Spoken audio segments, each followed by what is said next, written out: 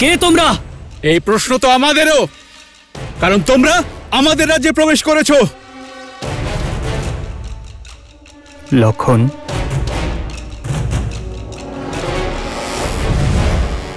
আমি অযোধ্যাপতি মহারাজ দশরথের পুত্র রাম। দশরথ নন্দন রাম স্বয়ং এসেছেন। এ তো উৎসবের মুহূর্ত। ওনার পদস্পর্শে দেবী অহল্যা মুক্তি পেয়েছেন। উনি আশায় আমাদের এই বনও পবিত্র হয়ে উঠেছে। শীঘ্র চলো।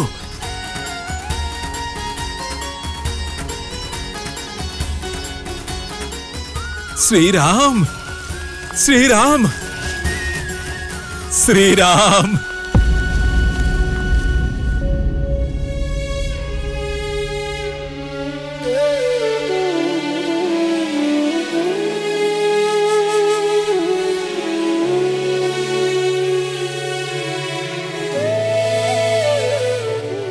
এ কি অনর্থ হয়েছে?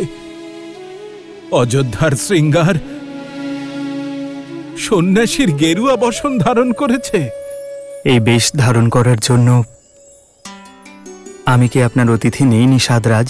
অতিথি তো এসে ফিরে যায়। আপনি তো আমার এইখানে হৃদয়ে রয়েছেন কুমার রাম।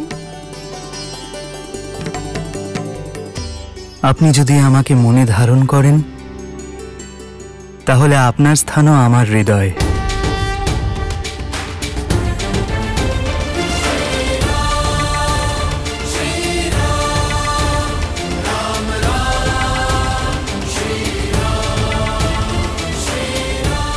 ইনি হলেন আমার স্ত্রী সীতা।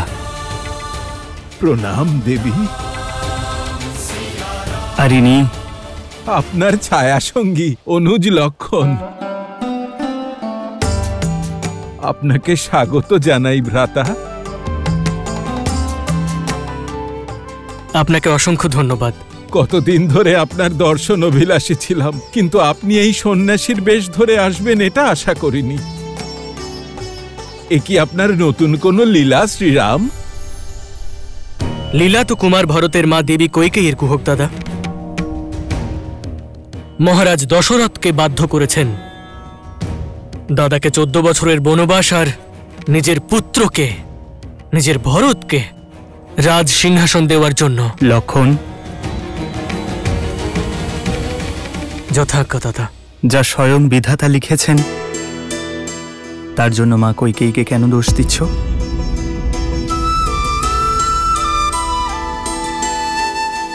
সিদ্ধান্ত আমারই ছিল।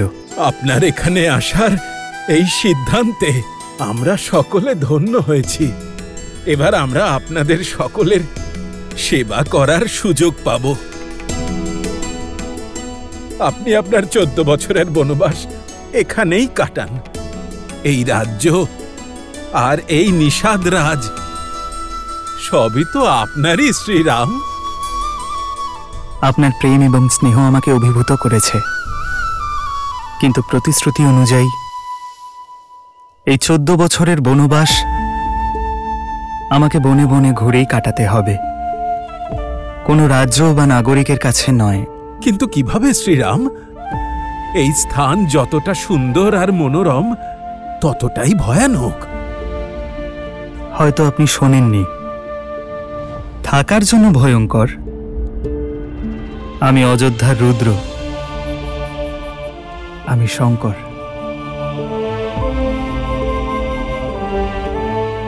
তাহলে আজ থেকে আমাকে আপনার বাহন করে নিন।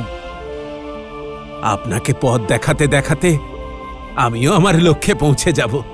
মানুষের কর্মফল, তার চয়নের পরিণাম তাকেই ভোগ করতে হয়। কর্তব্য পালনের এই পথে আমাকে একাই চলতে হবে। তাহলে শ্রীরাম, আমাকেও কিছু সেবা করার সুযোগ দিন। আজকের রাতটা আমরা এই বৃক্ষের নিচেই বিশ্রাম নেব। কাল সকালে যদি গঙ্গার ওপারে যাওয়ার ব্যবস্থা করে দেন তাহলে অনেক উপকার হয়। যথা আজ্ঞা। আমার মন শুধু এটা ভেবেই কষ্ট পাচ্ছে যে এক রাতের পরেই আপনার সঙ্গে বিচ্ছেদ হবে ভেবে আমার যদি এই দশা হয়, তবে মহারাজ দশরথের না জানি কত কষ্ট হচ্ছে।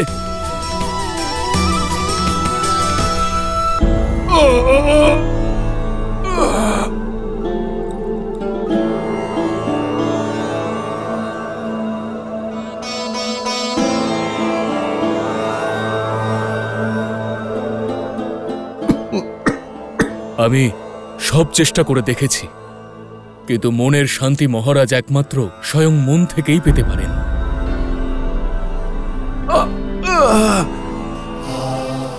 মহারাজ, নিরাশ হবেন না মহারাজ। সুমন্ত্র সঙ্গে গিয়েছেন, উনি রামকে অবশ্যই ফিরিয়ে আনবেন।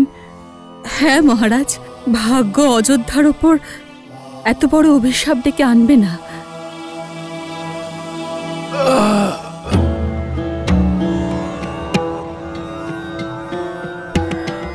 আচার্য, এবার আপনি ওনাকে বোঝান। মহারাজ, এটা নিয়তির সঙ্গে লড়বার সময় নয়, বরং তাকে স্বীকার করে নেবার সময়। বিশ্বাস রাখুন, ঈশ্বর যা করেন মঙ্গলের জন্যই করেন।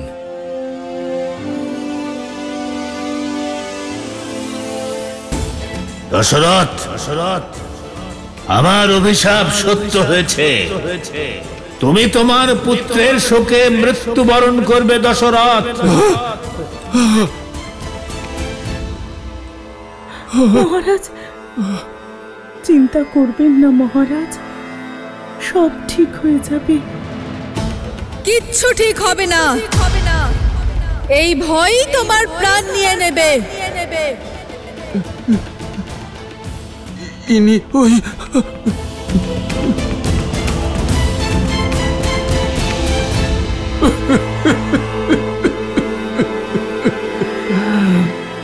আমার অন্তিম সময় ঘনিয়ে এসেছে।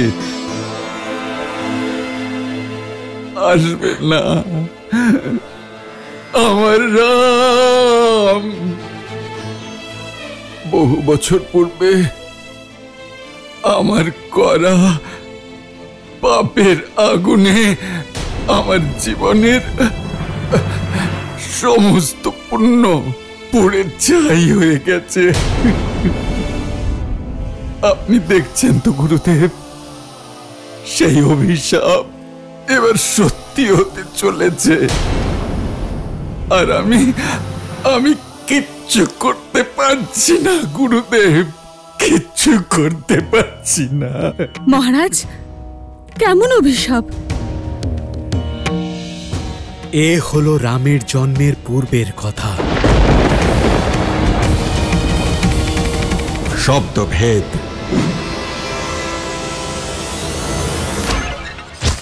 অজ্ঞাতসারে আমি আপনাদের পুত্রের প্রাণ হরণ করেছি। তুমি দুই অন্ধের জ্যোষ্ঠীকে হরণ করেছ। তুমি তোমার ধর্মরক্ষক পুত্রের শোকে তিলে তিলে মৃত্যুবরণ করবে। এটাই বৃদ্ধ অনুতপ্ত পিতার অভিশাপ।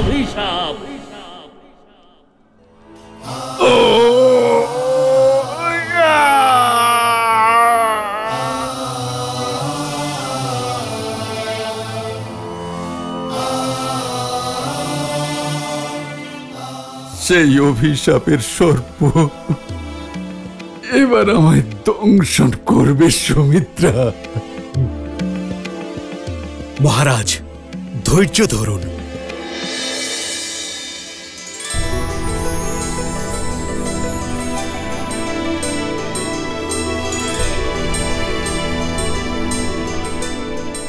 সমস্ত অন্ধকারের পিছনে আলোর রশ্মি লুকিয়ে থাকে মহারাজ।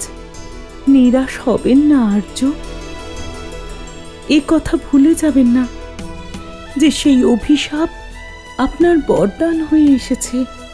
আর সেই কারণে আপনার প্রাসাদে 4 পুত্রের আগমন ঘটেছে। আমার সম্পূর্ণ বিশ্বাস, রামের এই ত্যাগ ভবিষ্যতে রঘুবংশের গর্বের কারণ হয়ে উঠবে। শীঘ্রই নতুন সূর্যোদয় হবে।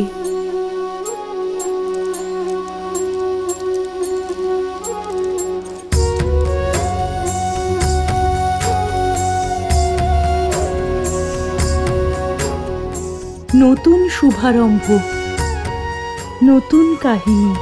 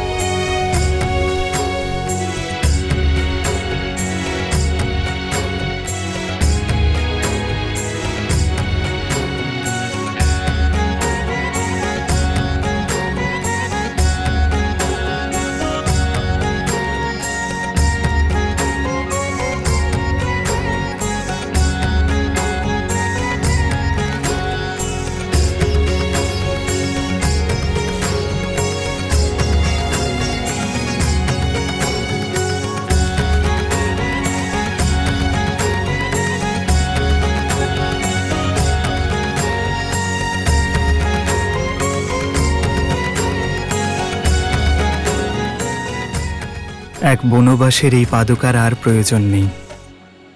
দাও দাদা।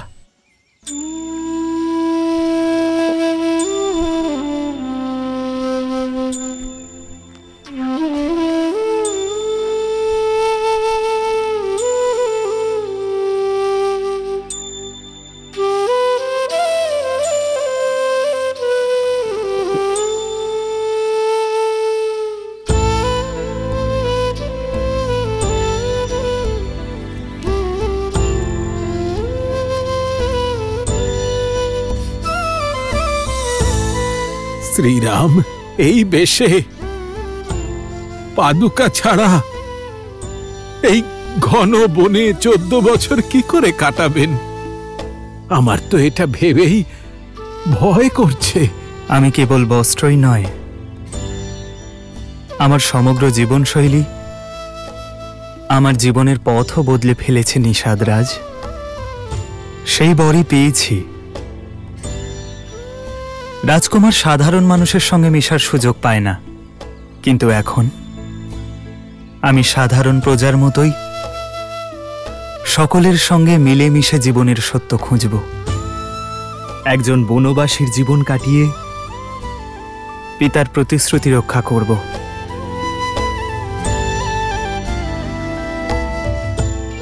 নিষাদরাজ, অযোধ্যাবাসী আমাদের খুঁজতে এখানে চলে আসার আগে আমাদের গঙ্গা পার করিয়ে দিন। মন তো মানছে না, তবে আপনার কর্তব্যের পথে বাধা হব না। ওপারে নিয়ে যাওয়ার জন্য কৈবর্ত অপেক্ষা করছে শ্রীরাম।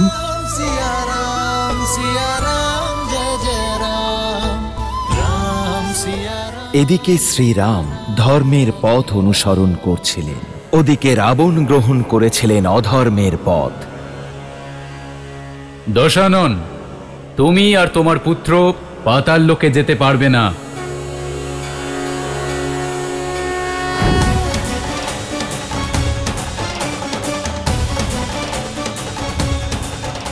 প্রণাম বরুণদেব। এই সিদ্ধান্ত নেওয়ার অধিকার তোমার নেই বরুণদেব। যুবরানী সুলোচনা নাগকন্যা, সে যাকে ইচ্ছে নিজের সঙ্গে পাতাল লোকে নিয়ে যেতে পারে। এই পাতাল লোকের রক্ষক হিসেবে এটা আমার কর্তব্য। যে রাবণের ছায়াও যুদ্ধ, দুঃখ আর মৃত্যু ডেকে আনে, সেই দুষ্ট, অধর্মী, পাপী রাক্ষসের পায়ের চিহ্ন আমার লোকে আমি পড়তে দেব না। বরুণদেব, আপনি পাতাল লোকের রক্ষক হতে পারেন, কিন্তু আমিও নাগরাজ বাসুকীর কন্যা। আপনি আমার শ্বশুর মশাইকে অপমান করছেন। আমি শুধুই তথ্য জানাচ্ছি কন্যা, এমন অধার্মিকের আমার লোকে কোনো জায়গা নেই। বরুণদেব, বরুণদেব!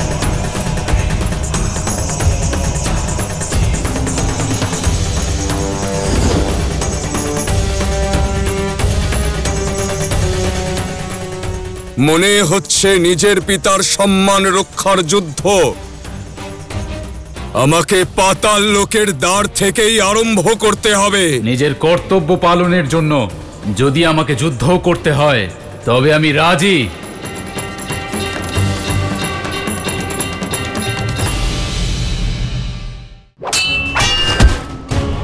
পরাজিতের ধর্ম হলো বিজেতার সব কথা মেনে নেওয়া, কারণ যে জীবন দান করে সে জীবন কেড়েও নিতে পারে, তাই না বরুণ দেব?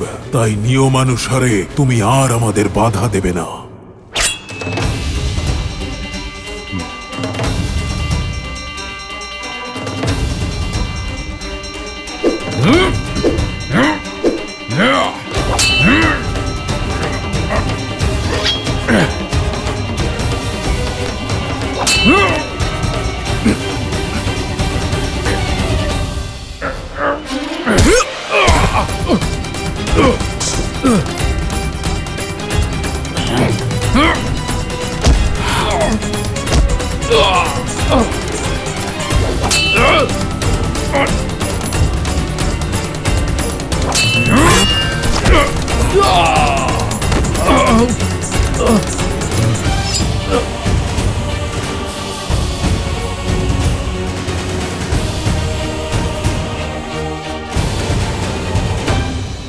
আমার পিতার অপমান এই সংসারের সব থেকে বড় পাপ বরুণ দেব, যার শাস্তি স্বরূপ তোমায় লঙ্কার কারাগারে রেখে অনন্ত সময়ের জন্য এত যন্ত্রণা দেব যে তুমি এই মুহূর্তে দশাননের কাছে তুমি মৃত্যু ভিক্ষা চাইবে। মেঘনাদ, অদ্ভুত, আমি গর্বিত তোমাকে নিয়ে পুত্র। যুদ্ধ হয়েছে, তাই যুদ্ধের নিয়মও পালিত হবে। যদি কোনো বীর নিজের শত্রুকে পরাজিত করে জীবন দান করে, তবে পরাজিতের ধর্ম হল বিজেতার সব কথা মেনে চলা, কারণ যে জীবন দান করেছে সে জীবন কেড়েও নিতে পারে, তাই না বরুণ দেব? তাই নিয়মানুসারে তুমি আর আমাদের পাতাল লোকে যেতে বাধা দেবে না, আর ধর্ম অনুসারে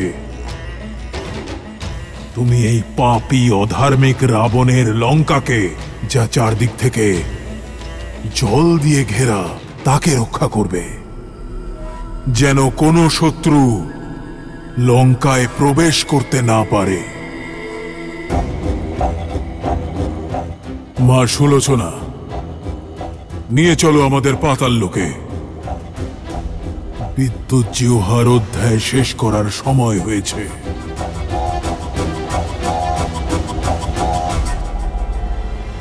সুলোচনা,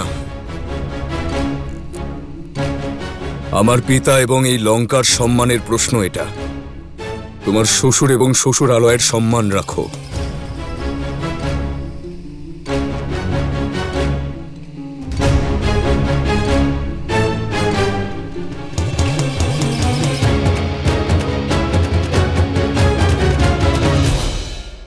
আমার পিতা এবং 3 জন মাতার দায়িত্ব আপনাকে দিলাম। যথা আজ্ঞা কুমার।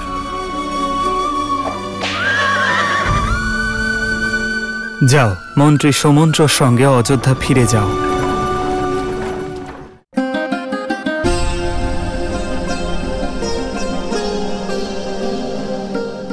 সাহায্য করার জন্য ধন্যবাদ অমর্ত্য। এবার আপনি অযোধ্যা ফিরে যান। এই আদেশ আমাকে করবেন না কুমার। বনবাসের প্রতীক্ষা পূর্ণ হল। 14টা প্রহর কেটেছে, যেন 14টা বছর। ফিরে চলুন আমার সঙ্গে। মহারাজও এটাই চান।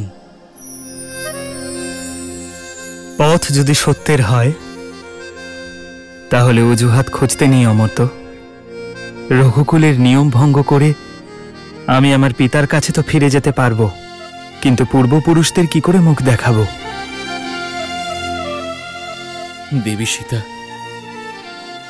আপনি অন্তত শুনুন।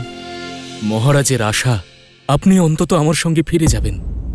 যে আশা অধর্মের আধার হয় তা কখনো শুভ হয় না অমাত্য।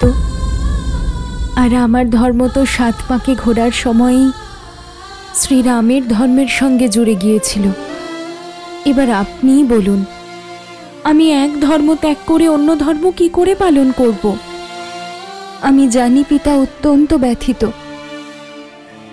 কিন্তু পুত্রবধূকে নিয়ে উনি গর্বও করবেন যে নিজের সম্পর্কের সম্মানের জন্য বনবাসে যেতেও রাজি হয়েছে। অযোধ্যার পুত্রবধূর প্রতি এই ব্যবহার উচিত নয়, ওনাকে দয়া করে বোঝান। এটাই ধর্মের পথে চলার নিয়ম। প্রথম পদক্ষেপ কঠিন হয়, তারপর সব সহজ। আর যে পথে একবার এগিয়ে যায় সে পিছন ফিরে দেখে না। কর্তব্য পালনের নিষ্ঠা এটাই ধর্মপরায়ণতা। আমি চাইলেও সীতা ও লক্ষ্মণকে আমার সঙ্গে যেতে বাধা দিতে পারবো না। আমার পিতা এবং 3 জন মাতার দায়িত্ব আমি আপনাকে দিলাম। আর অযোধ্যার ভাবী রাজা আমার প্রিয় ভরতকে অনেক আশীর্বাদ এবং ভালোবাসা অবশ্যই দেবেন। যথা আজ্ঞা কুমার।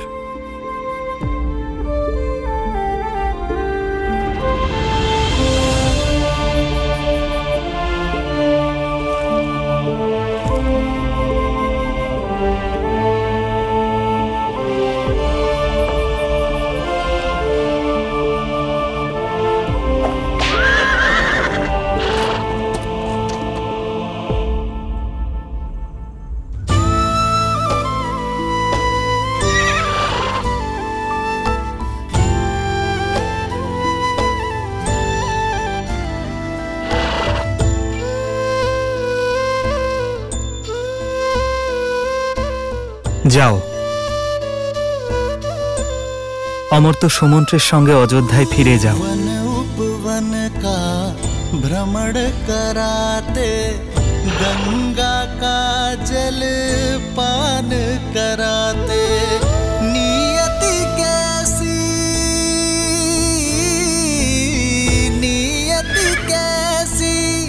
विपदा लाई, नियति कैसी विपदा लाई।